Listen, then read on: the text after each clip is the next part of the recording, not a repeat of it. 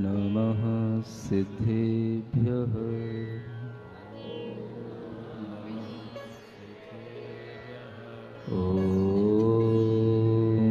नमः सिद्धेभ्यः।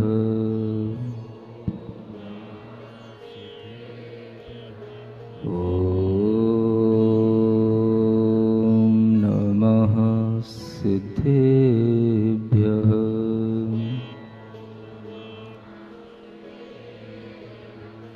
देवादिदेव आदिम तीर्थंकर श्री ऋषभनाथ भगवान की, देवादिदेव श्री पार्श्वनाथ भगवान की, वर्तमान शासन नायक श्री वर्धमान महावीर भगवान की, परम पूज्य आचार्य गुरुवर श्री विद्यासागर जी महाराज की,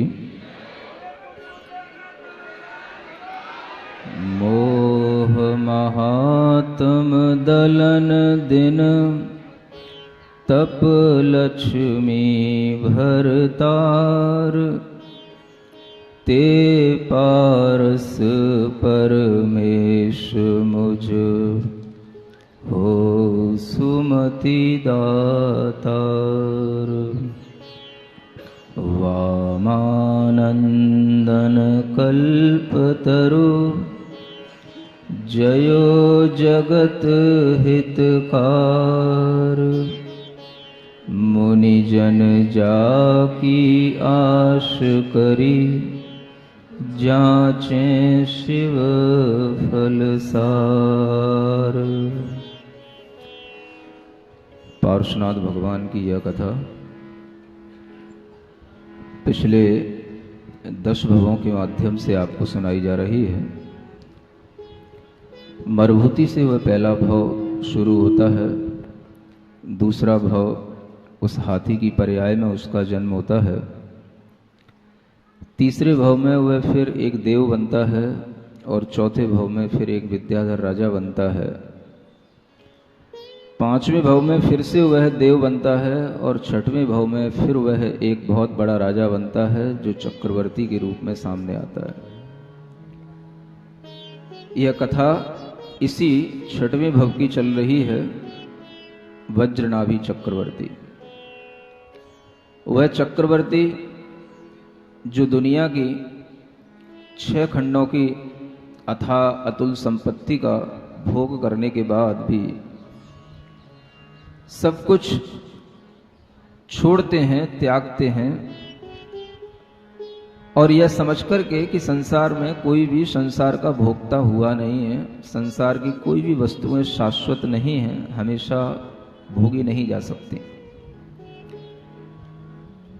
एक समझदार इंसान वह होता है कि जब अपने ऊपर आने वाली आपत्ति को देख करके वह उससे बचने की कोशिश करता है। आप सभी को पता है कि जब मृत्यु आती है तो हमें सब कुछ छोड़ देना पड़ता है। हम चाहे कितने ही करोड़पति हों, अरबपति हों, कितनी ही बड़ी बड़ी कंपनियों के डायरेक्टर हों, मैनेजर हों, किसी भी तरीके के ऑनर हों, आपको वह सब कुछ छोड़ देना पड़ेगा जिस समय पर आपकी सांसें रुकने लगेंगी, आपके ऑक्सीजन लेवल डाउन होने लगेगा। डॉक्टर आपसे कहेगा अब आप वेंटिलेटर पर पहुंचें और यहाँ पर भी पहुंचने के बाद में कोई सिक्योरिटी नहीं है कि आप अपने घर पर वापस पहुंच सकें। ये क्षण हमने अपने जीवन में सबने देखे हैं और कोरोना ने कुछ ज्यादा ही दिखाए हैं। शमशान घाट पर भी अर्थीयों की इतनी लाइनें लगी हैं कि शमशान घाट भी छोटे पड़ने लगे थे। उम्र का कोई भी तकाजा उस कोरोना के सामने नहीं रहा। 30 वर्ष के, 40 वर्ष के युवाओं की भी मृत्युएं हुई हैं और जो कुछ भी आपने देखा है वो सब तांडव नृत्य एक सीख देता है।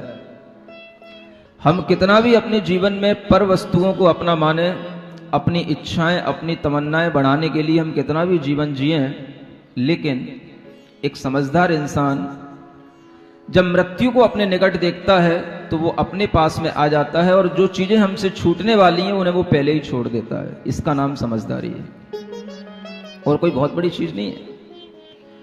त्याग, तपस्या कोई बहुत बड़ी चीज नहीं है जिसे हम दुनिया का आश्चर्य समझते हैं। सिर्फ इतनी सी बात है जो चीज हमसे छूटने वाली है उसे हम पहले ही छोड़ दें। और वो समझदारी उसी तरह से हो सकती है जिस तरह से यहां पर वज्रनाभि चक्रवर्ती दिखा रहे हैं।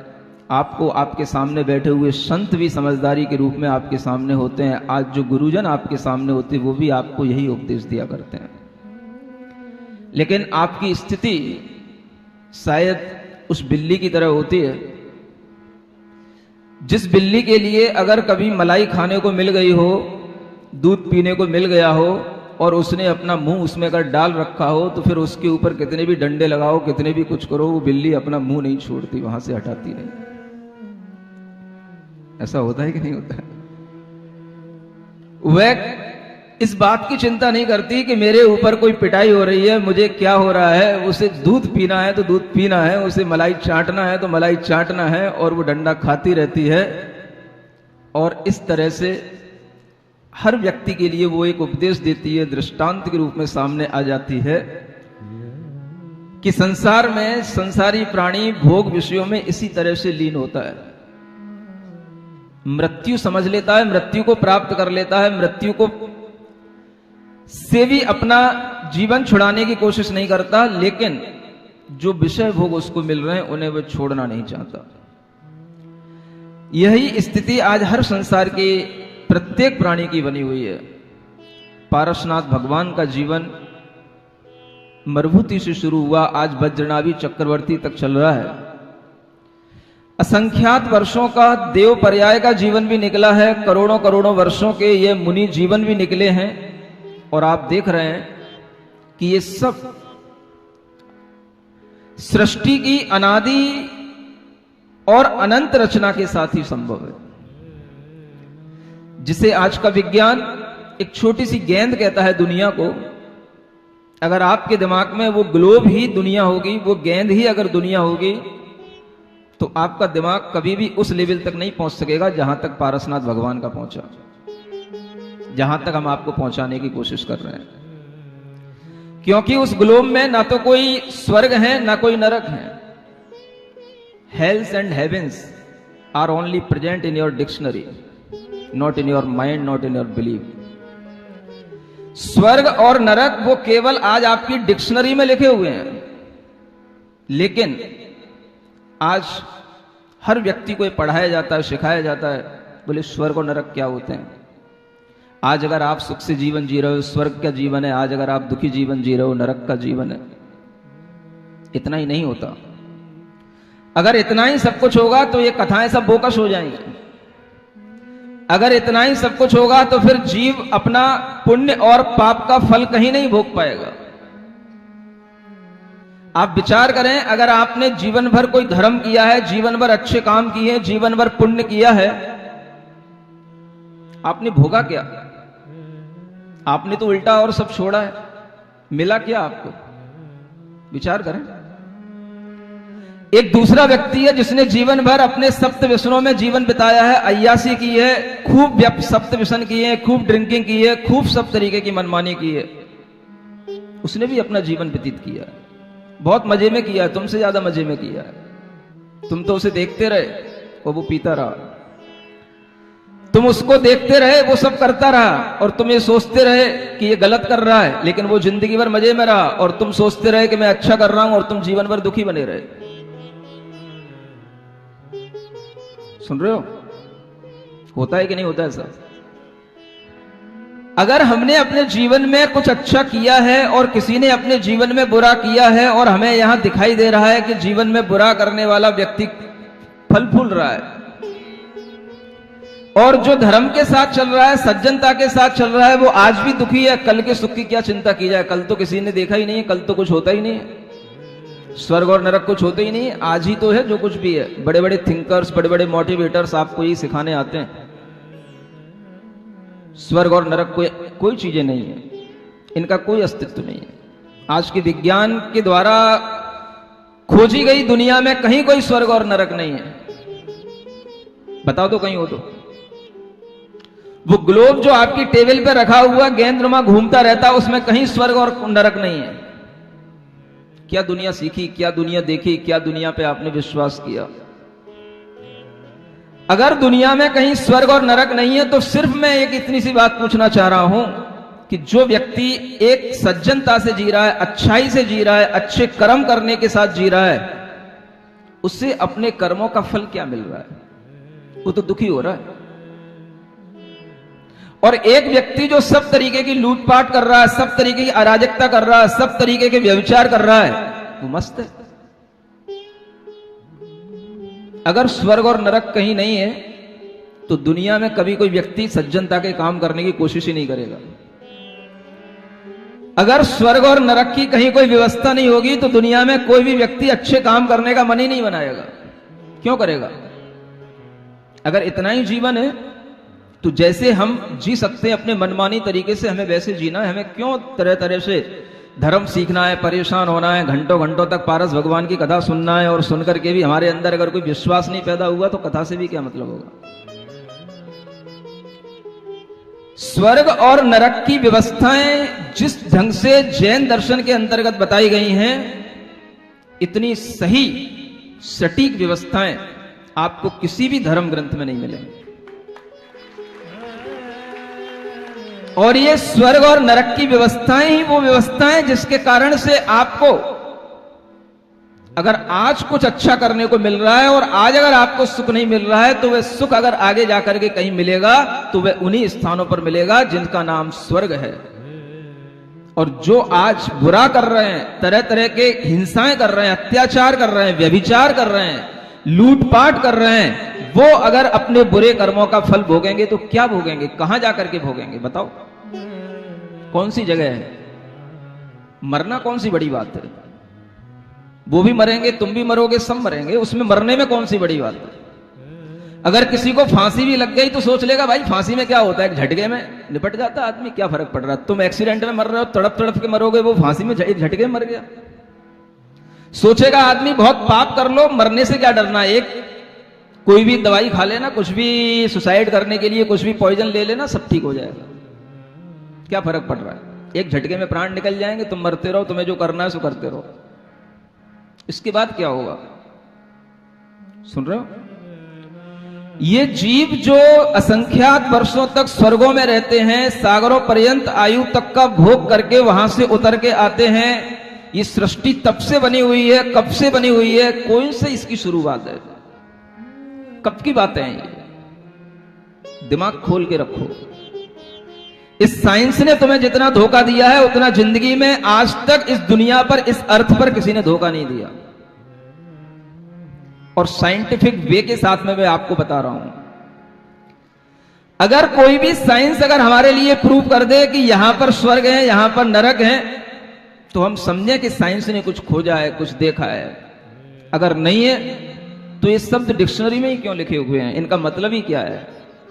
और अगर इनका मतलब केवल इतना ही है कि आज अगर हम जी रहे हैं, अच्छे ढंग से जिए तो स्वर्ग में है, अच्छे ढंग से मरे तो हम स्वर्ग में हैं, और अगर हम अच्छे ढंग से नहीं जी पाए तो हम नरक में हैं, तो तुमसे अच्छे तो वो लोग हैं जो 5 स्टार होटलों में एंजॉय कर रहे हैं। तुम क्यों यहां बैठे हो?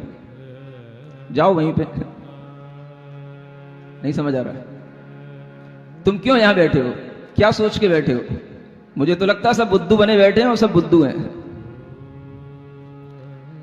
अगर आपके मन में स्वर्ग का, नरक का विश्वास नहीं है, आप पार्श्वनाथ कथा का भी एंजॉय कर रहे हो, आपको यह भी लग रहा है कि मैं जैन हूं, आपको यह भी लग रहा है कि मैं धार्मिक हूं, आपको यह भी लग रहा है कि हां कथा बिल्कुल सही चल रही है, और आपको यह भी लग रहा है कि स्वर्ग और नरक कहीं कुछ है ही नहीं है, तो मैं समझूंगा आपसे बड़ा बुद्धू दुनिया में कोई नहीं है।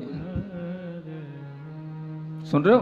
कितने ही पढ़े लिखे बने रहो, जब तक आपको अपनी इंद्रियों से परे, अपने माइंड से परे चीजों का अस्तित्व का ज्ञान नहीं होगा, तब तक आप कभी भी पूर्ण ज्ञानी बन ही नहीं सकते।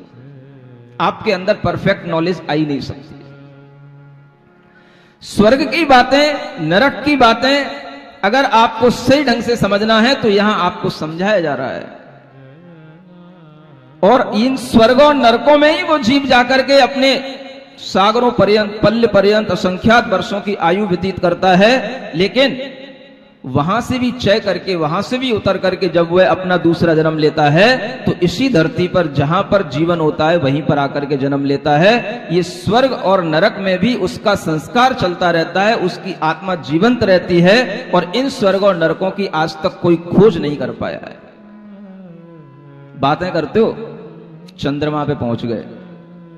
दुनिया के भी सब लोग बेवकूफ हैं जो इस बात से विश्वास करते हैं कि चंद्रमा पे पहुंच गए। ना आज तक कोई चंद्रमा पर पहुंचा है, ना कोई पहुंच सकता है। चंद्रमा पर पहुंचने के लिए एक बहुत बड़ी मोनोपोली चलती है अमेरिका की, और वो नासा इंस्टीट्यूट के माध्यम से चलती है। आप सबने सुना होगा कि नासा एक बहुत बड़ी कंपनी है जहां पर तरह तरह की शूटिंग की जाती है। पहले मेरा वर्षों से विश्वास था कि वास्तव में कभी कोई चंद्रमा पर नहीं पहुंचा, लेकिन आज वो एक वीडियो मुझे बहुत अभी कुछ दिन पहले देखने को मिली, जिसमें मुझे एक व्यक्ति ने बताया कि वीडियो लीक हुई है। विक्की लीक के नाम से वीडियो निकली है और जिसमें वो नील आर्मस्ट्रांग और वो जो दूसरे लोग उसके साथ में हैं, वो सब शूटिंग कर रहे हैं एक किसी पहाड़ी एरिया पर, और वो शूटिंग करके दिखाई गई कि मैं चंद्रमा पर पहुंच गया हूं। अपने अपने मोबाइल में खोल के देख लेना। सुन रहे हो? सांप सुन गया क्या? बोल ही नहीं रहे कुछ। जो लोग ये दम भरते हैं कि मैं चंद्रमा पे पहुंच गया, मैं मंगल पे पहुंच गया, वहां पे जीवन बन रहा है, वहां पे कॉलोनी खोल रहे हैं, वो सब तुम्हें ठग रहे हैं। ये ध्यान रखो। चंद्रमा पर पहुंचने वाले लोगों को जैन साइंस ने पहले भी चैलेंज दिया था और आज वो चैलेंज बिल्कुल सामने आ चुका है, और ये बात खुल के सामने कह रहा हूं कि ये सब लोग तुमको ठगते हैं, ये साइंस तुमको ठग रहा है। कितने ही प्लॉट बना लेना वहां पर कोई जीवन नहीं है, और वहां पर प्लॉट बनाने के लिए आपसे पैसे ले लेकर के वहां पर ठग करके वहां पर कहां ले जा रहे हैं आपको पता नहीं है। सिर्फ शूटिंग होती है, शूटिंग। और ये सब शूटिंगों के माध्यम से ये अमेरिका की मोनोपोली है कि मुझे साइंस के माध्यम से लोगों के दिमाग में, जहन में डाल के रखना है कि साइंस बहुत बड़ी चीज है। और अमेरिका से ही कंपटीशन रखने वाला रशिया है। वो रशिया हमेशा ऐसे इस बात को कहता आया है कि ये चंद्रमा पर नहीं गया, और रशिया ने एक बुक भी निकाली थी, we never went to the moon, लेकिन उस बुक को बैन करा दिया गया। एक उसने फिल्म भी बनाई थी, वो भी बैन करा दी गई, और आज वो सब चीजें लीक हो रही हैं। विक्की लीक पर आप ये सब चीजें देख सकते हो कि जिसमें वो सब चीजें शूटिंग करते हुए दिखा रहे हैं कि वो हम चंद्रमा पर पहुंच गए, उसकी शूटिंग की गई है और वो दिखाया गया। सुन रहे हो? ऐसा लग रहा है मैं अंधेरे में बोल रहा हूं। आदमी है भी है कि नहीं? सुनते रहो, समझते रहो। तुम जिस दिमाग से चलते हो वो दिमाग जहां पर तुम्हारा खत्म होता है, हमारा दिमाग, इन ग्रंथों का दिमाग वहां से शुरू होता है। जिस नॉलेज को रख करके तुम अपने आप को साइंटिफिक और साइंस का स्टूडेंट समझते हो, वैसी साइंस हमने पढ़ के 20 साल पहले छोड़ दी थी, और फिर उसी साइंस की खोज में निकला कि जो साइंस हमें ठग ना सके। आज मैं उसी साइंस की बात कर रहा हूं जो आपके सामने बैठा हूं। मैं कभी भी अनसाइंटिफिक बात नहीं करता, लेकिन मुझे पता होना चाहिए कि वो चीज हमारे दिमाग में किसी ना किसी रूल के तहत, किसी ना किसी कारण और कार्य की व्यवस्था के तहत हमारे सामने आनी चाहिए। अगर हम ये मान के चल लें थोड़ी देर के लिए कि संसार में कोई स्वर्ग और नरक नहीं है, तो मैं कहता हूं इस संसार में पाप ही पाप होगा, और उस पाप का फल भोगने का कोई स्थान नहीं होगा। तो आदमी पाप ही पाप करेगा, क्योंकि उसे उसका फल भोगने का कुछ है ही नहीं है। मरने के बाद तो कुछ होता ही नहीं है, तो क्यों हम यहां पर पुण्य करें, और क्यों हम यहां पर ये छोड़ो वो छोड़ो, ये त्याग वो त्याग, क्यों हम धर्म का जीवन जिए, क्यों जिए? ये प्रश्न अपने अंदर पैदा करो। समझ आ रहा है? लोग पूछ रहे थे हमसे, महाराज आपको वैराग्य कैसे हुआ? मेरे दिमाग में भी इसी तरीके के प्रश्न आते थे। मैं भी हमेशा इसी तरीके से सोचता था जैसे आप सोचते हो, और सोचते सोचते खोजता था, भीतर ही भीतर उन प्रश्नों का समाधान लेने की कोशिश करता था। और वह समाधान जब हमने ढूंढने शुरू किए तो मुझे इन जैन ग्रंथों में जो समाधान मिले वो दुनिया के किसी भी ग्रंथ में वो समाधान नहीं मिले।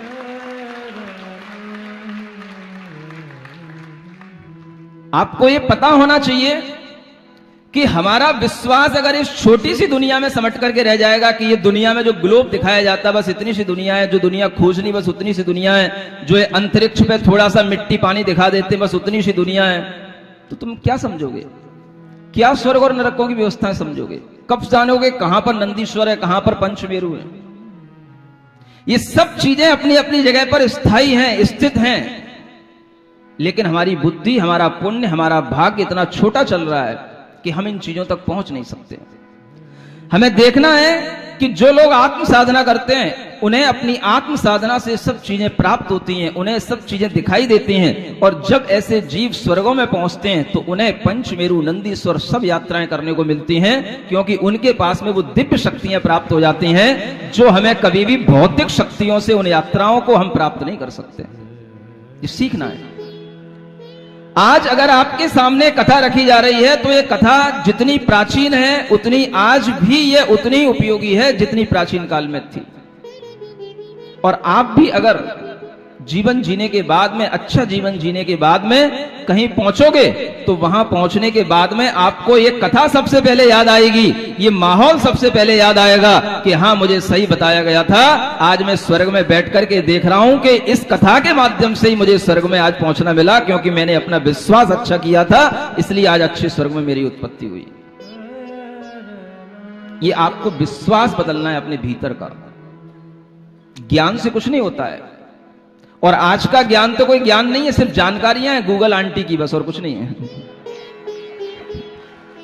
उसमें जो फीड कर दिया गया बस वो ऑथेंटिक हो गया, कोई नॉलेज नहीं किसी के पास में कुछ भी। और उसी नॉलेज पर अगर आप डिपेंड हो, उसी पर अगर आप पूरा बिलीव करते हो, तो आप अपनी जिंदगी में कभी कुछ नया नहीं सीख सकते, अपनी जिंदगी में कभी कोई चेंज नहीं ला सकते। ये चैलेंज दे रहा हूं मैं सबके लिए, कह रहा हूं जो पढ़े लिखे लोग हैं वो और ज्यादा खोजने की कोशिश करें, मेरे पास आए, मुझसे पूछें, मैं बताऊंगा आपको इन सब चीजों की मिस्ट्री क्या है, इन सब चीजों की हिस्ट्री क्या है। आप अपने दिमाग में मान करके चलें कि अगर व्यक्ति का जीवन अनादिकाल से चला आ रहा है तो वो अनादिकाल से तभी चल सकता है जब इस सृष्टि की कोई शुरुआत ना हुई हो। कितनी बेवकूफी भरी बातें आप लोग विश्वास करते हैं, सुनते हैं, पढ़ते हैं, सीबीएसई के एग्जाम होते हैं और उसी के पाठ्यक्रम में सब चीजें लिखी रहती हैं। पहले यहां पर एक आग का गोला था, गोला ठंडा हुआ, उसमें से कुछ और छोटे छोटे से गोले निकल गए, जो गोला ठंडा हो गया वो गोला इस अर्थ के रूप में, पृथ्वी के रूप में सामने आ गया।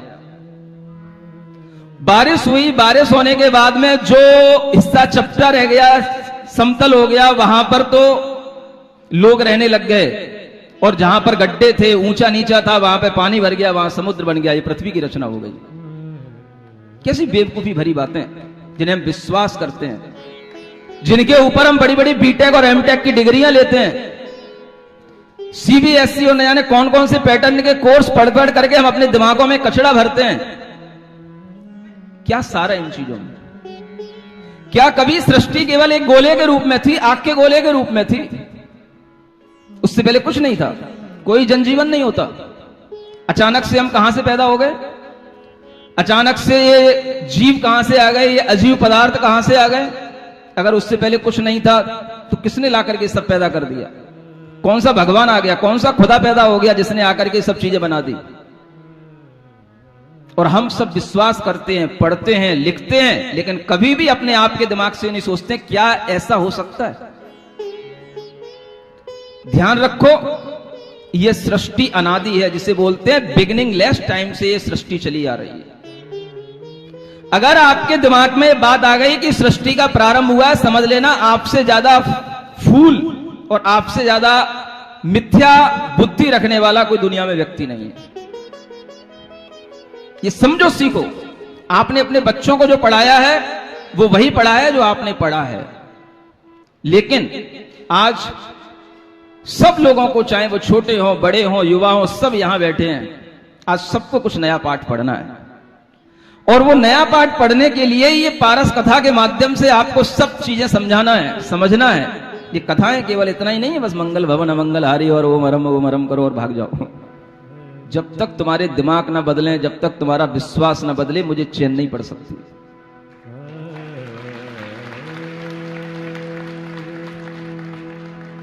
केवल हंगामा खड़ा करना मेरा मकसद नहीं है, केवल हंगामा खड़ा करना मेरा मकसद नहीं है। मेरा मकसद है तुम्हारा विश्वास बदलना चाहिए, मेरा मकसद है तुम्हारी जिंदगी भीतर से बदलनी चाहिए। ये पारस कथा, कितने ही आप पारसनाथ भगवान के अर्घ चढ़ा लो, लेकिन जब तक तुम्हें इस पारस कथा के एक एक पॉइंट पर, एक एक भाव पर विश्वास नहीं होगा और इस तरह की बात जो यहां बताई जा रही है उस पर विश्वास नहीं होगा, तब तक तुम्हारे लिए कोई भी अर्घ, कोई भी मूर्तियां कुछ नहीं कर सकेंगे। ये सोच करके हमें ये कथा आगे पढ़ना है। आगे भी पढ़ना है कि नहीं, कि मैं अपनी कथा कहता रहूंगा? अब बड़ा मुश्किल है। एक इस दुनिया की कथा है और एक इस दुनिया की कथा है। जो दुनिया की कथा उसके सामने ला रहा हूं, दुनिया को कहीं ना कहीं मैच तो करना पड़ता है। तो समझें, हम इस कथा में आज वहां खड़े हैं जब वज्रनाभि जैसे बड़े बड़े चक्रवर्ती भी सब कुछ त्याग करके दिगंबर मुनि बन करके आत्म साधना में लीन है। और वो वही आत्म साधना है जो अनादि काल से चली आ रही है। आज भी उस साधना के जो हमें प्रतिरूप दिखाई पड़ते हैं, वही 28 मूल गुण, वही 22 परिचय, वही 12 तप, यही अनादि काल से साधना के साधन चले आ रहे हैं। और वही साधन उन पार्श्वनाथ भगवान ने अपने पिछले जन्मों में कई बार अपनाए। याद करते रहो आप। और वही साधन आज वो फिर अपना रहे हैं। हम उस कहानी को आगे बढ़ाते हैं। मंगल भवन अमंगल हारी, पारसनाथ जगत हितकारी। सुख संपत सब ही घर आवे, पारस कथा भविक जो गावे। पेज नंबर 18 पर आप पढ़ सकते हैं। 12 विधि दोधर तप करे, 10 लाक्षणी धर्म अनुसरे। पढ़े पूरब सुति सार, एकाकी विचरे। ग्रीष्म काल बसेंगे ऋषिश, वर्षा में तरुतल मुनि ईश। शीत मास तटनी तट रहे, ध्यान अग्नि के एक दिना वन में थिर काय, जोग दिए ठाड़े मुनि राय। कमठ जीव अजगर तन छोरे, उपजो छटे नरक अति। स्थिति सागर 22 प्रमाण, देखे दुख जाने भगवान। पूरन आयु भोग कर मर्यो, बने गुरंग भील अवतर्यो। काल स्वरूप बदन विकराल, वनचर जीवन को क्षय काल। धनुष बाण लिए निज पान, भ्रमे मास लोभी बन थान। सो पापी चल आयो तहां, योगारूढ़ खड़े मुनि जहां। शत्रु मित्र सो सम कर भाव, लगे आप में शुद्ध स्वभाव। कुमकुम कादो महल मसान, कोमल सेज कठिन पाषाण। कंचन काच दुष्ट अरुदास, जीवन मरण बराबर। जास। निर्ममत तन की सुध नाही, सातों भय वर्जित उर माही। देखी दिगंबर को प्यो नीच, कंपित अधर दवा। तल बीच। तान कमान कान लो लई, तीखन शर मार्यो निर्दयी। मुनिवर धर्म ध्यान आराध, दुख में धीरज तज्ज्यो न साध। दर्शन ज्ञान चरण तप सार, चारों आराधन चित धार। देह त्याग तब भयो मुनिंद्र, मध्यम ग्रहण इंद्र। तहाँ उपत्पाद शिला निकलंक, हंस तूल युत रत्न पलंक। अजो सेज तज दीपत काए, अलपत काल में जो बन पाए। देखें दिशि अति विस्मय रूप, महामनोग विमान अनूप। अतुल तेज अहमिंद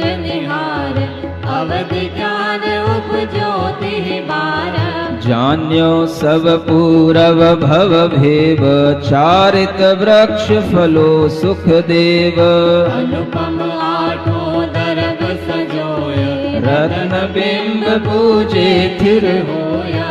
तीर्थ आयो सुर हर्षित निज थान, महारिद्ध महिमा असमान।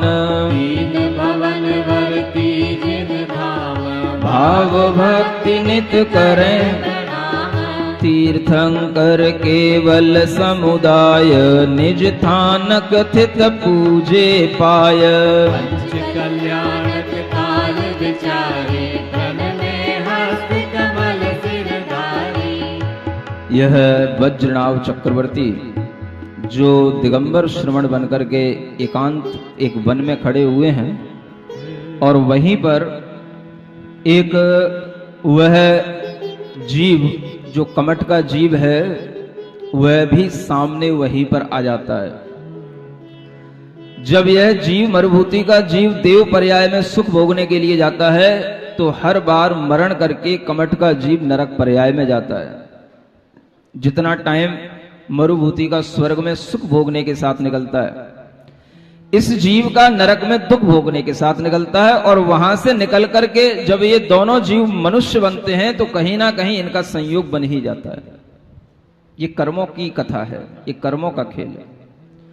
और इस तरह का संयोग फिर बना, वह जिस वन में एकांत में अपनी धर्म आराधना में सम्यक दर्शन, ज्ञान, आचरण और तप की 4 प्रकार की आराधना में लीन है, वहीं पर वह जीव एक भील का रूप धारण करके भील की पर्याय में आकर के वह उनके सामने आ जाता है। और एक विकराल मनुष्य का रूप धारण किए हुए जब वह उन्हें देखता है तो उसे देख करके उसे पूर्व जन्म के क्रोध याद आ जाते हैं, और वह फिर से अपना धनुष बाण तान करके उन मुनि महाराज को भेद देता है, उनको मार डालता है। लेकिन मुनि महाराज शरीर को अपना न समझ करके, शरीर को विनाशिक समझ करके उस शरीर को छोड़ देते हैं और आत्मा के सम्यक दर्शन, सम्यक ज्ञान, सम्यक चारित्र और सम्यक तप, यही आत्मा के गुण हैं, यही आत्मा का सार है। अपनी आत्मा में लीन हो जाते हैं और शरीर की मृत्यु को कुछ न समझते हुए वो अपनी आत्म आराधना में ही लीन रहते हैं। क्षण भर में ही आत्मा शरीर को छोड़ देता है और देह को त्याग करके वह मुनि महाराज मध्यम ग्रैवेक में 16वें स्वर्ग से भी ऊपर ग्रैवेक विमान होते, वहां पर जाकर के वह अहमिंद्र का जीवन जीने लग जाते हैं, अहमिंद्र देव बन जाते हैं। 7वां भव अहमिंद्र देव का भव। उत्पात शिलाएं होती हैं, वहां पर वह जीव जन्म लेते ही एक अंतर मुहूर्त में युवा की तरह बनकर के बैठ जाता है। और उन देवों के लिए शरीर में वृद्धि क्रम क्रम से नहीं होती जैसे मनुष्यों की होती है। अभी छोटे हैं, घुटनों के बल घिसट रहे हैं, पेट के बल घिसट रहे हैं, 2 महीने 6 महीने लगेंगे तब बड़े हो पाएंगे, फिर 1 साल 2 साल तक फिर ऐसे ही मुंह में अंगूठा डाले घूमेंगे। ऐसा नहीं होता। फिर धीरे धीरे बड़े होंगे, तब फिर थोड़ा सा फिर दिमाग खराब होएगा, फिर अपोजिट सेक्स की तरफ झुकाव होएगा। ऐसा धीरे धीरे नहीं होता, वहां सब एक साथ हो जाता है। एक अंतर मुहूर्त माने विदिन 48 मिनट्स सब कुछ हो जाता है। और वह युवा बनकर के बैठ जाते हैं। जैसे ही उन्हें अपनी सुध आती है तो वो सबसे पहले अवधि ज्ञान से यही देखते हैं कि मैं यहां पर जन्म कैसे लिया।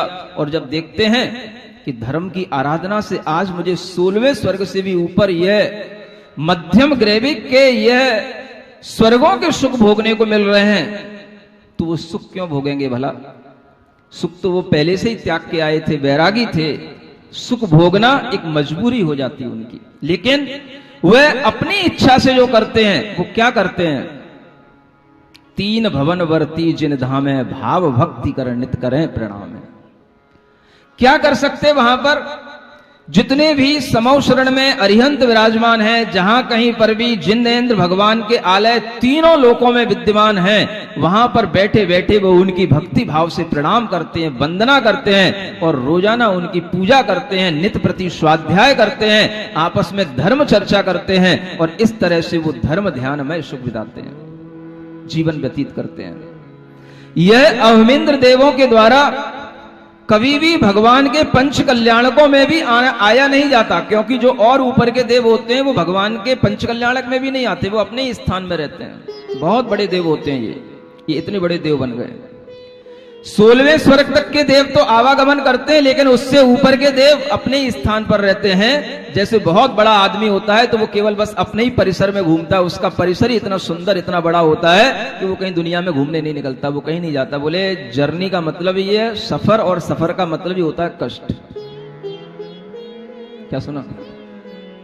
सफर माने, थोड़ी बहुत इंग्लिश तो पढ़े होगे, सफर माने बस कहीं भी सफर करोगे तो सफर माने कष्ट तो होगा। इसलिए ये लोग कभी कष्ट नहीं उठाते, कोई कष्ट नहीं लेते। भगवान के भी कल्याणक हो जाए वहीं से नमोस्तु करेंगे, वहीं से वंदना करेंगे, वहीं अपने महल के बाहर निकल आएंगे, वहीं से भगवान की आराधना कर लेंगे, लेकिन कहीं नहीं जाते। तुम ऐसा मत कर बैठना, नहीं तो यहां तक कहीं पहुंच नहीं पाओगे। अब अगर आप लोग यहां तक आए हो, अभी आपके लिए जो धर्म ध्यान करने का भाव बन रहा है, जो धर्म ध्यान यहां पर हो रहा है, ऐसा ही धर्म ध्यान करने का एक समय और आने वाला है, जो समय भी इसी तरह से होना चाहिए जिसे 10 लक्षण पर्व का समय कहते हैं। जैसा ये आगरा का माहौल अभी दिखाई दे रहा है, वैसा ही 10 लक्षण पर्व में भी दिखाई देना चाहिए। पंचो, तब मैं समझूंगा कि तुम्हारी पंच, तुम्हारी पंचायत और तुमने जो है इस आगरा में कोई एकता स्थापित कर रखी है। अभी तो तुम अलग अलग शैलियों के लोगों को बुला रहे हो, तब भी बुला सकते हो, लेकिन इन सब शैलियों से एक बार कह देना कि इस बार अपने अपने मंदिरों में कुछ काम ना करें, कोई कार्यक्रम ना करें। इस बार सारा कार्यक्रम यहीं शांतिनाथ भगवान के जिनालय में होना चाहिए। बार बार कहना ना पड़े किसी से, मैंने वो पंडित जी बुला लिए, मैंने वो संगीतकार बुला लिए। एक बात ध्यान रखना, अगर आपको एक बार अपने जीवन में 10 लक्षण धर्म का आनंद लेना है तो इसी तरीके से एकता दिखाना, इकट्ठे होकर के आना, इधर उधर विचलित होने की कोशिश मत करना, इधर उधर जाने का, इधर उधर भागने का कोई भी कार्यक्रम नहीं बनाना। अभी तक मैंने कुछ कहा नहीं तुम लोगों से, शाप तो दे नहीं सकता, मैं दूंगा भी नहीं, कभी भी भूल में भी नहीं रहना, हमेशा प्रेम से ही बोलूंगा, प्यार ही करूंगा। लेकिन जब धर्म का समय आता है, उस समय पर वास्तव में जो माहौल होता है, जो पवित्र वर्गणाएं आती हैं, वो इससे भी ज्यादा आनंददायी आपको महसूस होंगी जो आपको आज महसूस हो रही है। ये अपना तेना करना बस छोड़ दो, जिंदगी भर करते रहे हो, जिंदगी भर अपना मंदिर रहा है, जिंदगी भर अपनी समाज रही है। आज एक बात बोलना, बस एक काम, एक समाज, एक जगह, बस एक बात बोलना बस आपको। और वो कौन सी जगह? बस शांतिनाथ भगवान का पर्सन। मेरे से चिंता मत कर, मैं कहीं छोड़ के नहीं जाऊंगा, कहीं नहीं जाऊंगा मैं अभी, बिल्कुल चिंता मत करना। ना मैं अभी कमला नगर जा रहा, ना कहीं नहीं जा रहा, मैं अभी कहीं नहीं जाऊंगा, समझ आ रहा है? और गया भी तो लौट के यहीं आ जाऊंगा। आपके मन के अंदर ये भाव आज से पैदा हो जाना चाहिए कि धर्म का माहौल हमें एकता के साथ ही बनाने से आनंद देता है। अगर हम अपने आप को तितर बितर बिखर बिखर करके रखेंगे तो हमें कुछ भी आनंद नहीं आएगा। आगे वालों थोड़ा पीछे भी देख लिया करो, देखो गर्दन उठा के पीछे। ये धर्म का माहौल आपको जो आज दिखाई दे रहा है, ये अगले आने वाले दिनों में भी ऐसा ही बना रहे और इसी तरीके का ये धर्ममय वातावरण बना रहे, तो मैं कह सकूंगा दीपावली तक कि आगरा का यह चातुर्मास शानदार ऐतिहासिक चातुर्मास रहा। अभी नहीं कुछ कह रहा, अभी क्यों जयकारा लगा रहे हो? ये आपको बना करके रखना है अपना भाव कि हमें अभी तो चल करके धर्म करना है। और वो धर्म करने के लिए देखो, जब हम इस तरीके से योग्य हो जाते हैं तो सब चीजें अपने पास अपने आप आ जाती हैं। अनाहूत अहमिंद्रगण आवे सहज स्वभाव, धर्म कथा निज गुण कथन करे स्नेह बढ़ाव। कबही रत्न विमान में, कबही महल मझार, कबही वन क्रीड़ा करे मिल अहमिंद्र कुमार। और बास निज बास ते उत्तम दीखे नाही, ताही ते ते अमरगढ़ और कहीं नहीं जाए। भाषा समझ में आ रही कि नहीं? ये वही ब्रज भाषा है जिस भाषा में आप लोग पले पुसे हो, हैं? और बास निज बास से, अपने स्थान से और दूसरा स्थान कोई अच्छा नहीं दिखता, इसलिए वो कहीं पर जाते नहीं है। प्रीत भरे गुण आगरे, सुभग सोम श्रीवंत, सात धात मल सो रहित, लेश्या शुक्ल धरंत। देवों की शरीर में सप्त धातुएं नहीं होती, रक्त नहीं होता, हड्डियां नहीं होती, मांस नहीं होता, फिर क्या होता है? बस जैसे आपने देवी देवियां देखी ना, गुड्डे गुड़ियों जैसी वैसे ही होते हैं, बढ़िया ट्रांसपेरेंट, सब सुंदर शरीर वाले। ना कोई शरीर पे बाल होते हैं, ना नाखून होते हैं, ना किसी तरीके का कोई भी मलमूत्र आदि शरीर में होता है। बिल्कुल शुद्ध स्वच्छ स्फटिक मणि के समान सुंदर निर्मल शरीर होता है। किनका? हाँ, भूल में नहीं रहना। शुक्ल वर्ण तन मन हरण, दोय हाथ परमाण, मानो प्रतिमा स्फटिक की महातेज दुतवान। काम दाह उर में नहीं, नहीं वनिता को राग, कल्पलोक के सुर सुखी असंख्यात वे भाग। वो जो ये अहमिंद्र देव बन जाते हैं, इनके अंदर की लेश्या, इनके परिणाम इतने शुद्ध होते हैं कि इनके अंदर कभी भी वनिता से, स्त्री से राग भावी उत्पन्न नहीं होता है। वहां पर स्त्रियां होती नहीं है। कहां पर? 16वें स्वर्ग से ऊपर। महाराज इतना पुण्य नहीं करना है, कुछ लोग कह रहे हैं। स्त्रियां अगर मिलेंगी तो केवल 16वें स्वर्ग तक मिलेंगी, और 16वें स्वर्ग के ऊपर देवियों का कोई आना जाना नहीं, आवागमन नहीं, वहां पर देवियों का कोई सुख नहीं, क्योंकि वो भी एक दुख है, खाज खुजाने जैसा दुख है वो। अभी समझ नहीं आएगा, जब दुख पालोगे उसके बाद समझ आएगा। वो भी एक दुख है, इसलिए वो अहमिंद्र के जीव, अहमिंद्र देव ऐसे दुख से भी दुखी नहीं होते।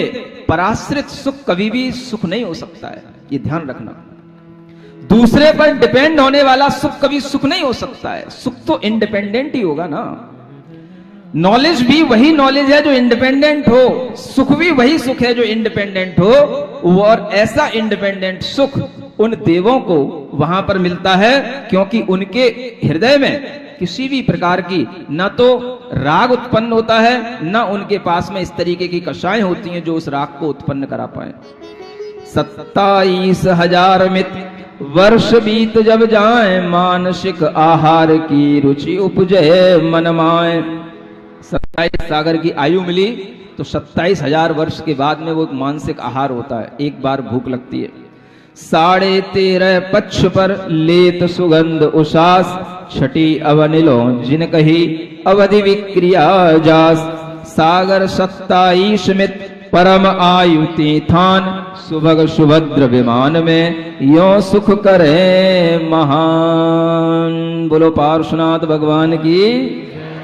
ओम अरहम नमः, ओम अरहम नमः, ओम अरहम नमः, ओम अरहम नमः, ओम अरहम नमः, ओम अरहम नमः, ओम जय पारस जय पारस जय पारस देवा, जय पारस जय पारस जय पारस जय पारस जय पारस जय पारस देवा। ओम अरहम ओम अरहम ओम अरहम बोल, ओम अरहम ओम अरहम ओम अरहम बोल। सभी कार्य की सिद्धि से तू पहले इसको बोल, सभी कार्य की सिद्धि से तू पहले इसको बोल। ओम अरहम ओम अरहम ओम अरहम बोल, ओम अरहम ओम अरहम ओम अरहम बोल। ये पिक्चर की रील अब कुछ बदल रही है, फिर से वो विलेन सामने आ रहा है।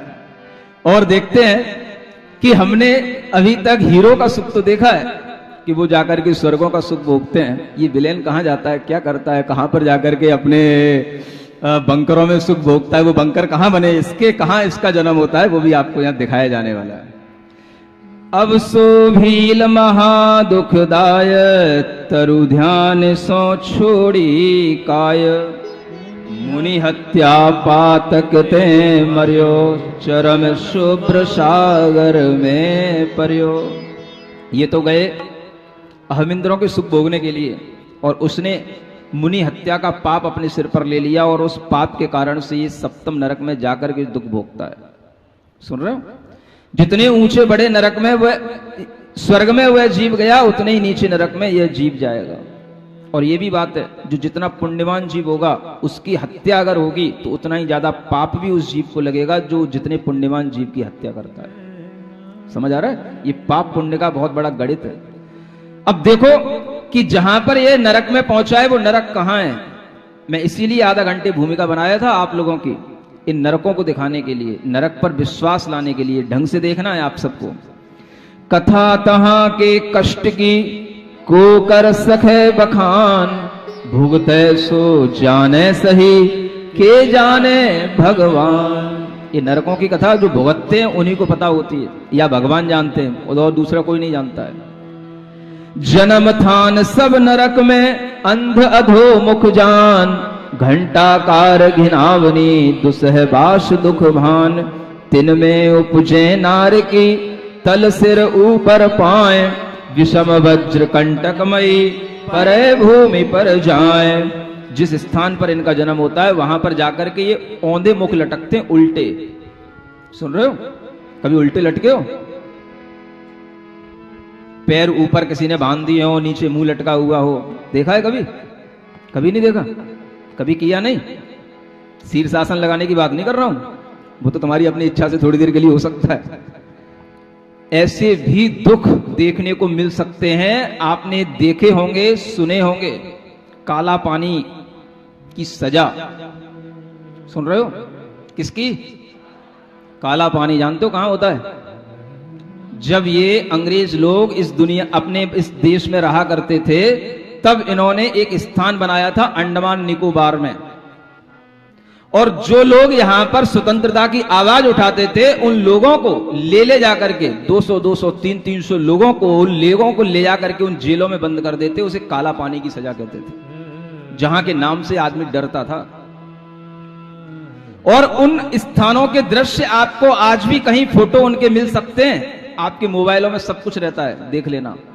उल्टे लटका करके उनको मारा जाता था, उल्टे लटका करके। समझ आ रहा है? उनके ऊपर गरम गरम पानी फेंका जाता था, उल्टे लटका करके उनके ऊपर बड़े बड़े लठ मारे जाते थे, तड़प तड़प के उनको मारा जाता था। इसलिए उनको काले पानी की सजा कहा जाता है। समझ आ रहा है? ये नरक के छोटे छोटे से दृश्य हैं जो हमें यहां देखने को मिलते हैं। कभी स्लॉटर हाउस में चले जाना, कोई भी फिल्में स्लॉटर हाउस की देख लेना, आपकी वीडियो पर भी होंगी। कैसे बड़े बड़े भैंसों को, बकरों को कैसे उल्टा लटका करके उनकी खाल नोचते हैं, कैसे उनका कत्ल करते हैं। एक साथ हजारों मशीनों के माध्यम से उनकी गर्दनें काट दी जाती हैं। ये सब जो हम यहां देख रहे हैं, ये सब नरकों की छोटी छोटी सी एक हमारे सामने स्थितियां हैं। और इन्हीं चीजों को अगर हम ढंग से भोगते हैं लंबे समय तक, लंबे काल तक, तो वो नरकों में होता है।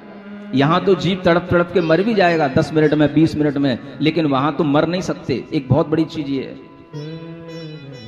सागरों पर्यंत की आयु, असंख्यात वर्ष की आयु आपके लिए वहां पर तिल तिल हो जाएंगे, आपके शरीर के टुकड़े टुकड़े हो जाएंगे, लेकिन तुरंत वो जुड़ जाएंगे पारे की तरह।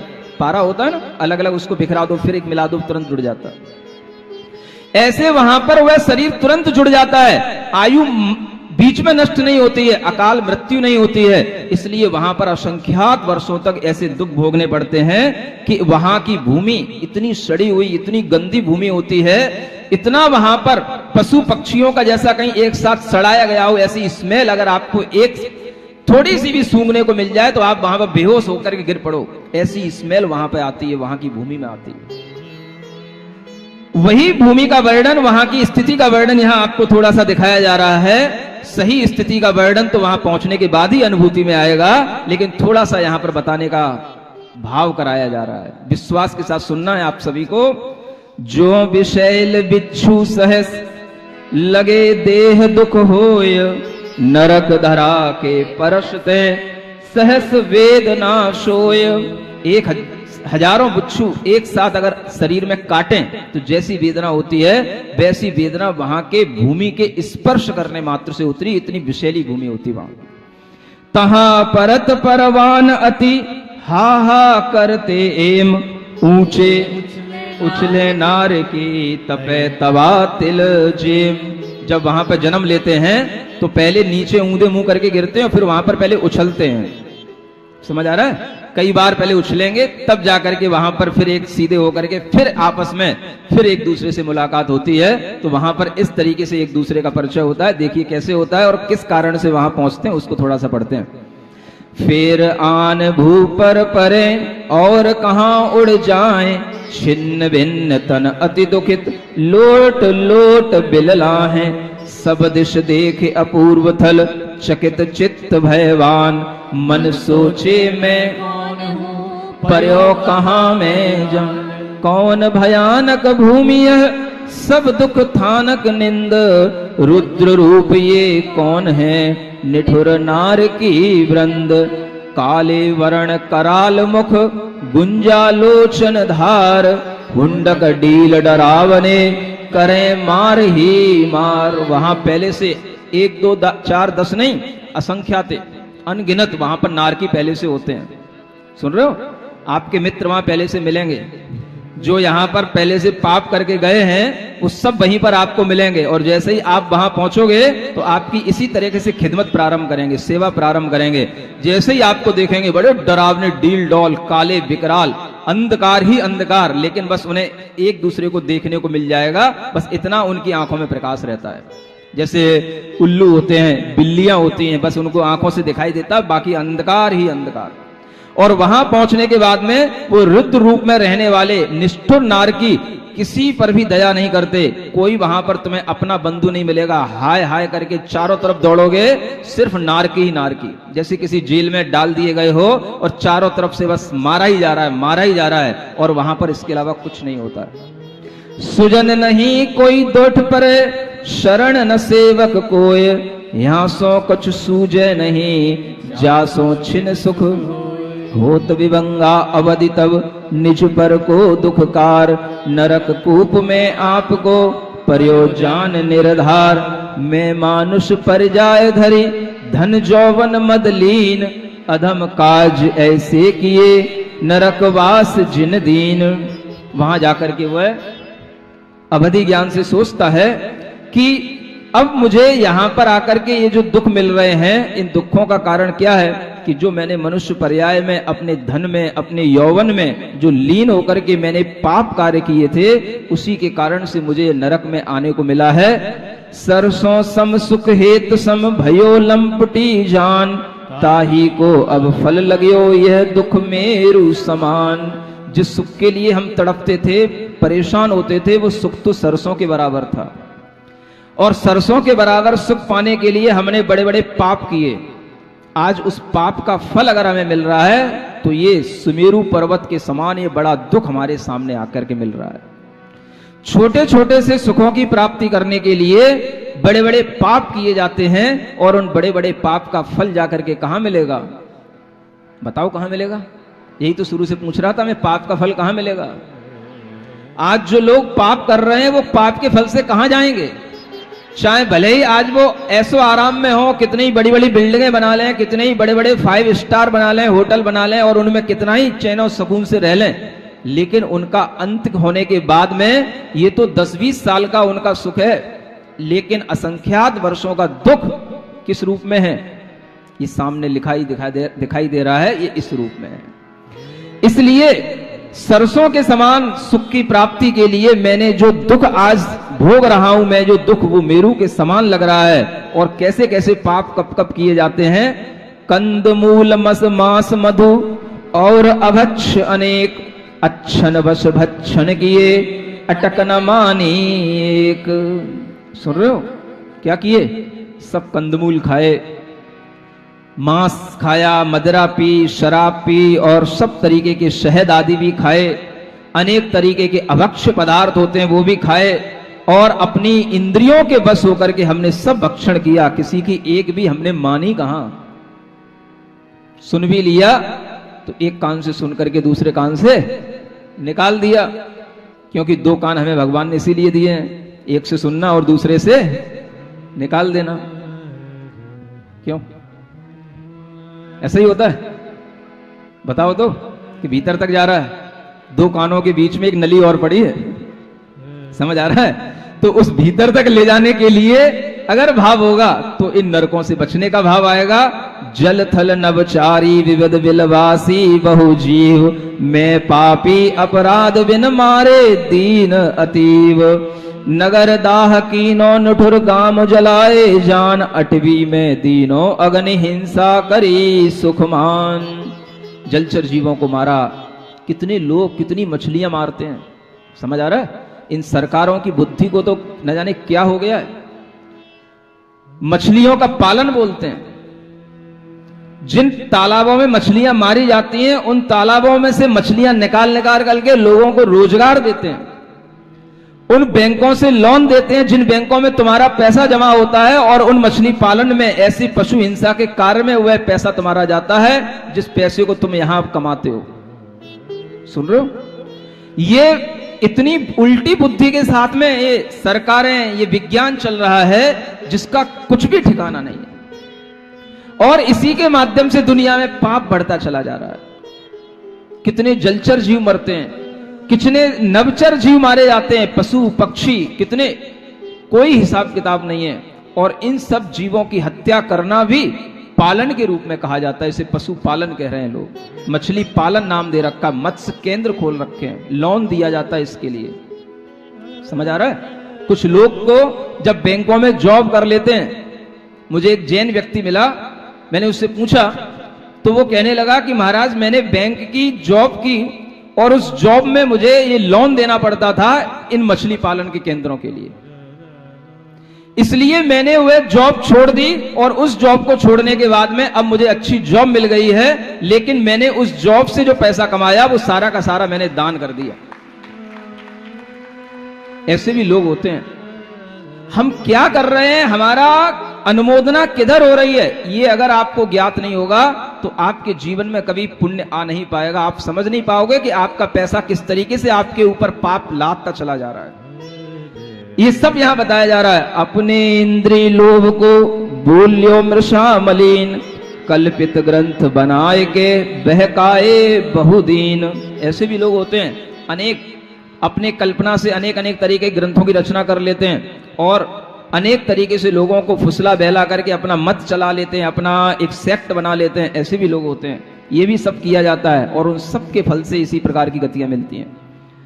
बड़ी परिग्रह पोट सिर घटी न घटकी चाह, ज्यों ईंधन के जोग सो अग्नि करी अति दाह। बिन छान्यो पानी पियो। सुनो जैनी लोगों, क्या कहा जा रहा है?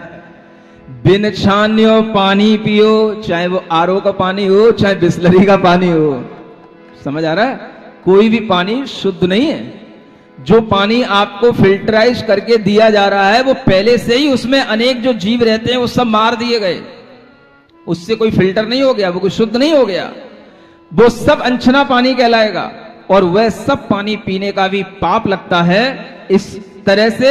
और जो रात्रि भोजन किया जाता है उसका भी बहुत बड़ा पाप होता है। वो रात्रि भोजन का पाप भी नरक और निगोद तक ले जाता है। बिन छान्यो पानी पियो, निष्भुंज्यो अविचार, और देव दरव खायो शही रुद्र ध्यान उरधार। क्या खाया? देव दरव। देव दरव का मतलब मंदिर की संपदाएं। समझ आ रहा है? पहले के लोग मंदिरों में एकड़ों भूमियां दान करके जाते थे मंदिरों की व्यवस्थाओं के लिए। नई नई कमेटियां बनती, नए नए अध्यक्ष बनते, नए नए पंच होते, नई नई पंचायतें आती हैं। एक आध कोई उसमें ऐसा भी पैदा हो जाता है, वो सब चीजें धीरे धीरे खाता चला जाता है। सारा बैंक बैलेंस अपने नाम में करता चला जाता है, उसी को खाता है, उसी से अपना जीवन चलाता है। ये देव दरव खाने वाले, निर्माल्य खाने वाले, समझ आ रहा है? मंदिर की संपदाओं को हड़पने वाले, मंदिर की जमीनों पर अपना कब्जा करके अपना जीवन चलाने वाले, ये सब रौद्र ध्यान करने वाले लोग कहलाते हैं। और रौद्र ध्यान के परिणाम से नरक की यात्रा बनती है, नरक के नारकी बनना पड़ता है। ये ध्यान रखना। ये देव दरव का बहुत बड़ा पाप है। और इस तरीके के पाप और भी जो हम करते रहते हैं वो यहां लिखे हुए हैं। कीनो सेव कुदेव की, कुगुरुन को गुरिमान, तिन्ही के उपदेश सो पशुओं में हित जानी। दियो न उत्तम दान में, लियो न संयम भार, पियो मूल मिथ्यात्मद, कियो तप जग सार।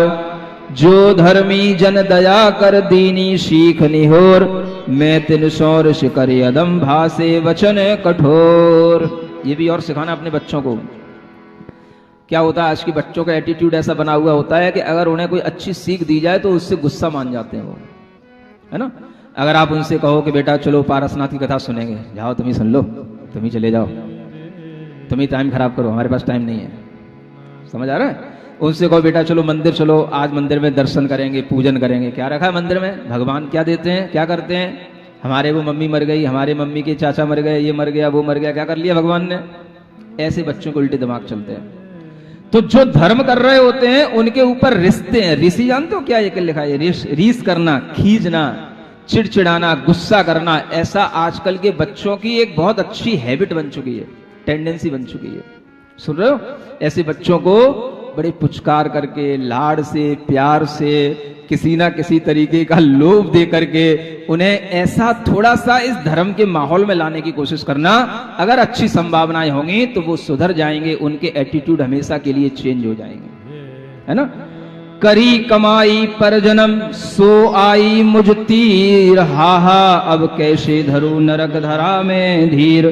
दुर्लभ नर भव पाए के केई पुरुष प्रधान, तप कर साधे स्वर्ग शिव में अभाग ये थान। पूरब संतन यों कही करनी चाले लार, सो अब आँखन देखिए तब न करी निर्धार। जो पहले संत पुरुष कहते थे, मुनिजन समझाते थे, वो यहां समझ में नहीं आता कई लोगों को, वहां नरक में अच्छी तरह समझ में आता है ना। तो भी कोई नुकसान नहीं है। तो समझ में कब आएगा, क्या आएगा। जो यहां पर आप सुन रहे हो कि नहीं सुन रहे हो। यार मैंने बहुत दिन से पूछा ही नहीं, सुन रहे हो कि नहीं सुन रहे हो, सुन रहे हो कि नहीं सुन रहे हो। हाँ पीछे तक, हाँ सब सुन रहे हो, बहुत बढ़िया। तो सब सुन रहे हैं। अगर सुन करके आपने नहीं भी माना तो भी नुकसान नहीं होगा, क्योंकि अगर आपने नहीं माना तो नरक में भी चले जाओगे तो वहां पर तुमको याद आएगा कि मुनि महाराज हमको पारसनाथ कथा में सब सुना रहे थे, तब हमने मानी नहीं, अब यहां पर हमें सब देखने को मिल रहा है। तो वहां पे भी याद आ जाएगा। इसलिए बिल्कुल सुनते रहना, चिंता नहीं करना। जिस कुटुंब के हेतु में कीने बहुविध पाप, ते सब साथी बिछड़े रखियो नरक में आप। वे कुटुंब के साथी तो कहीं नहीं दिख रहे जिनके लिए हमने पाप किए, अकेला मैं ही यहां दिख रहा हूं। मेरी लक्ष्मी खान को सीरी हुए अनेक, अब इस विपत विलाप में कोई न दिखे एक। सारस सरवर तज गए सूखो नीर निराट, फल बिन विरख विलोक के पंछी लागे बाट। पंचकरण पोषण अरथ अनरथ किए अपार, तेर उपज्यो न्यारे भय मोह नरक में डार। तब तिल भर दुख सहन को हतो अधूरज भाव, अब ये कैसे विषय दुख भरियो दीर्घ भाव। क्या सुन रहे हो। जब अभी कहा जाता है रात्रि भोजन छोड़ दो, सप्त व्यसन त्याग कर दो, तो थोड़े से दुख के लिए अधीर हो जाते हैं, धैर्य छूट जाता है, थोड़ा सा दुख सहन नहीं होता है। अरे महाराज रात में भूख लगती है, तुम्ही को भूख लगती है और किसी को भूख नहीं लगती। समझ आ रहा है।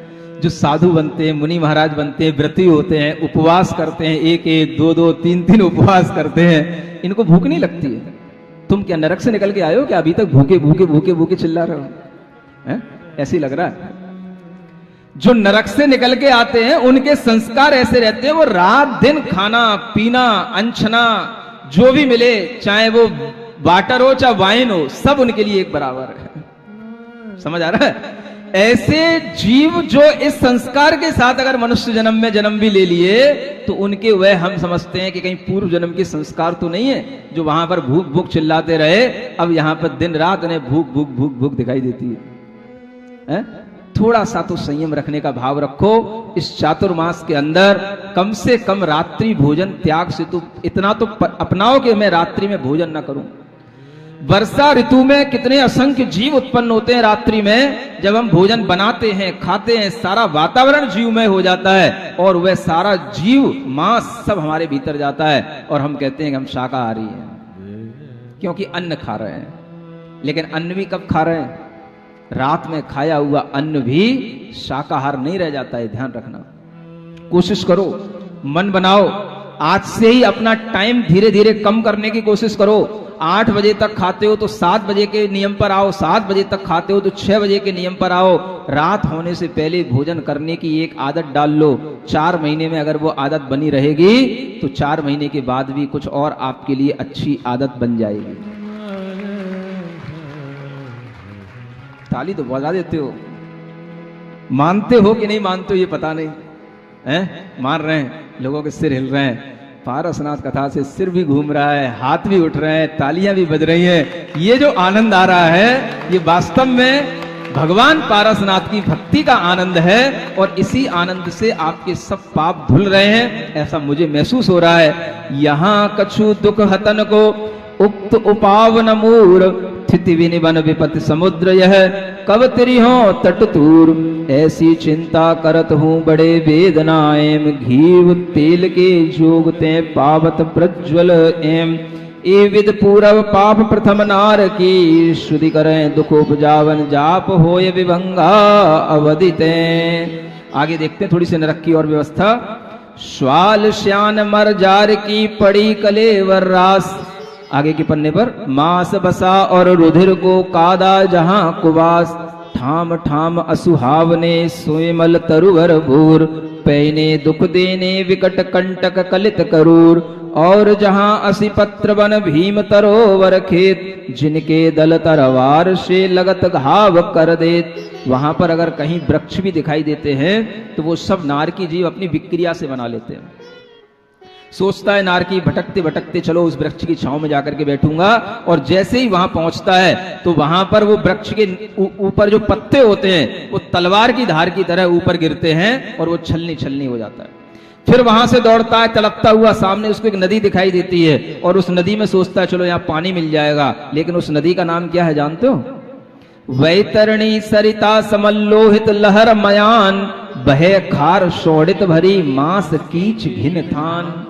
उस नदी में खून पीव मांस की कीचड़ भरी रहती है और वहां जाकर के उस पानी में गिरता है तो और ऐसा छार छार उसका बदन हो जाता है, जल जाता है। वहां उसकी प्यास बुझती नहीं है और वहां से फिर निकल करके भागता है।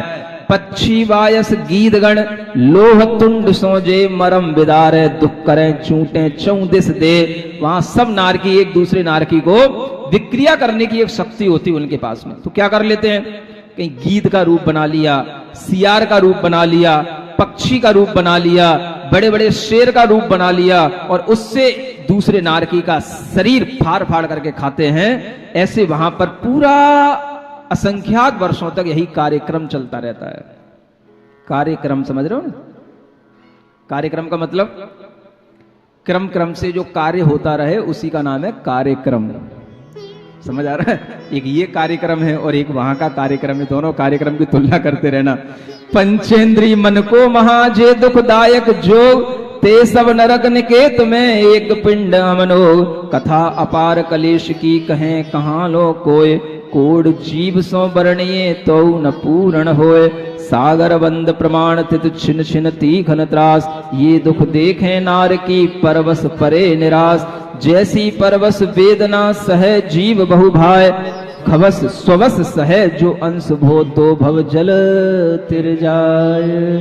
ऐसे नर कई नार की भयो भील दुट भाव सागर 27 की धारी मध्यमाव। वो 27 सागर की आयु पूर्ण कर रहे हैं कहां पर? मरुभूति का जीव स्वर्ग में, और ये कहां पूरी कर रहा है? नरक में। इस तरह से एक बात बस समझ में आने जाने की योग्य है कि जैसी परवश वेदना सह जीव बहुभाय, वहां सब वेदना सहन करनी पड़ती है परवश होकर के। परवश माने उस नरक का वातावरण ही ऐसा है, द्रव्य क्षेत्र काल भाव ऐसा है कि वहां पर उस वेदना का हम प्रतिकार करना भी चाहें तो कर नहीं सकते। यहां तो हमें प्यास लगती है, हम अपने पास में ही बोतल अपने पास में ही रखते हैं, जब मन आया तब पानी पी लिया, मुंह में डाल लिया। समझ आ रहा है? और वहां पर परवश होकर के वो वेदना भोगनी पड़ती है। तो कहते हैं कि अगर स्ववश होकर के थोड़ी सी भी वेदना, थोड़ा सा भी दुख, भूख प्यास का सहन करके अगर व्यक्ति थोड़ी सी अपनी तृष्णा को कम करे, थोड़ा सा व्रत संयम में अपना मन लगाए, तो कभी भी इसको ऐसी परवश होकर के वेदना भोगनी ही ना पड़े और यह संसार समुद्र तिर जाए माने संसार के दुखों से पार हो जाए। ओम अरहम ओम अरहम ओम अरहम बोल। ओम अरहम ओम अरहम ओम अरहम बोल। सभी कार्य की सिद्धि से तू पहले उसको बोल। ओम अरहम ओम अरहम ओम अरहम बोल। सभी कार्य की सिद्धि से तू पहले उसको बोल।